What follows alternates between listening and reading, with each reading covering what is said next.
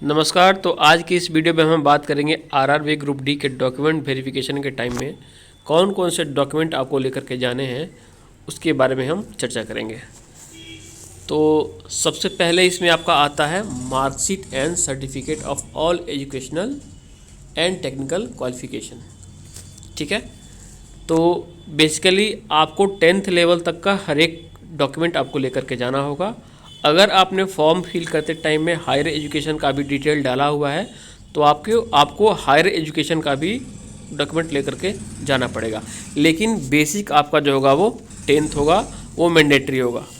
ठीक है, 10th class की बात करें तो इसमें 5 तरीके के डॉक्यूमेंट आपको लेकर के जाने होंगे। पहला आपका रजिस्ट्रेशन, जिसको रजिस्ट्रेशन नंबर, इसको पंजीयन संख्या भी बोला जाता है। ठीक है, दूसरा आपका हो जाएगा 10th क्लास का जो आपका एडमिट कार्ड है वो। तीसरा आपका हो जाएगा एसएलसी जिसको स्कूल लिविंग सर्टिफिकेट बोला जाता है। चौथा आपका हो गया मार्कशीट, 10th मार्कशीट।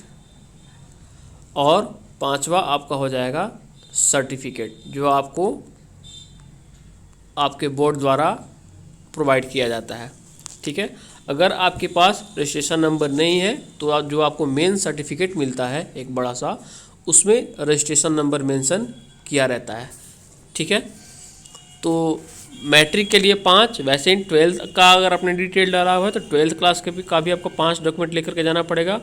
ग्रेजुएशन का भी उसमें डिटेल डाला हुआ है तो ग्रेजुएशन का भी जितना भी सर्टिफिकेट आपके पास होगा, जितने भी डॉक्यूमेंट होंगे वो आपको लेके जाना पड़ेगा। लेकिन 10th क्लास का आपको 5 डॉक्यूमेंट लेकर के जाना अनिवार्य है। ठीक है, दूसरा, अगर आपके नाम में कुछ चेंजेज हुए हैं तो गेस्टेड ऑफिसर से आपको यहाँ पे नाम चेंज का जो लीगल डॉक्यूमेंट है वो लेकर के जाना होगा। ठीक है, कि हाँ हमने नाम चेंज करवाया हुआ है।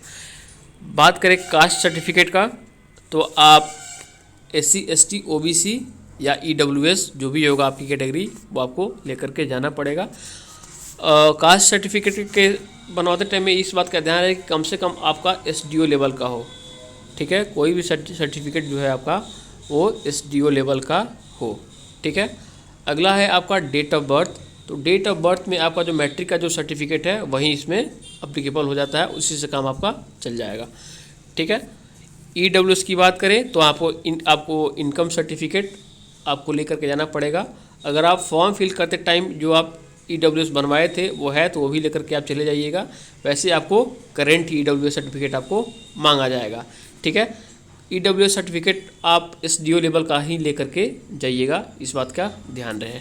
ठीक है, NOC फ्रॉम करेंट एम्प्लॉयर, अगर आप कहीं पे जॉब कर रहे हैं, फॉर्म फिल करते टाइम में आपने अगर वो डिटेल डाला हुआ है तो आपको वहाँ से NOC लेकर के जाना पड़ेगा। अगर आपने डिटेल नहीं डाला था तो कोई बात नहीं है। ठीक है, अगला है डिस्चार्ज सर्टिफिकेट। अगर वही बात है, अगर आप कहीं पे जॉब कर रहे थे, ठीक है, तो आपको डिस्चार्ज सर्टिफिकेट वहाँ से लेकर के जाना होगा।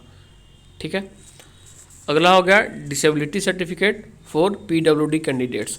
आपको डिसेबिलिटी सर्टिफिकेट जो है आपको लेकर के जाना पड़ेगा। ये आप अपने सदर अस्पताल जिला लेवल का, वहाँ से आप या डिस्ट्रिक्ट सर्जन से बनवा सकते हैं। ठीक है, फ़ोटो आइडेंटिटी कार्ड में आप आधार कार्ड लेकर के जा सकते हैं, राशन कार्ड तो नहीं, लेकिन Aadhaar card, ration card, PAN card जो भी आपके पास अवेलेबल है आप लेकर के जा सकते हैं।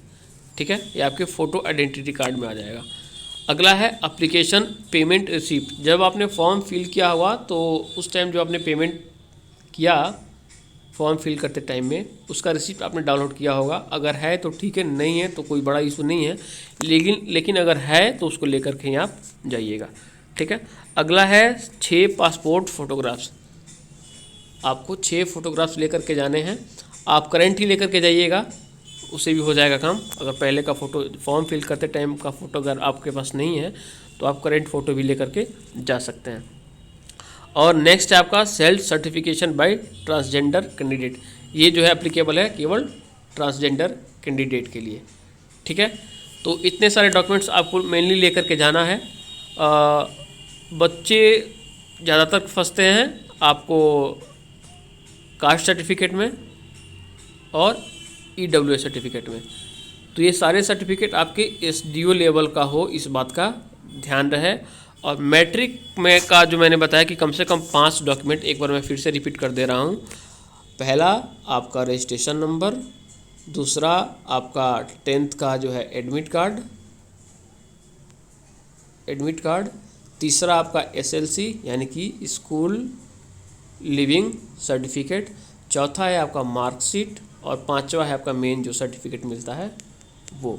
अगर रजिस्ट्रेशन नंबर नहीं है आपके पास तो सर्टिफिकेट में ही वो मेंशन रहता है, इससे भी आपका काम हो सकता है।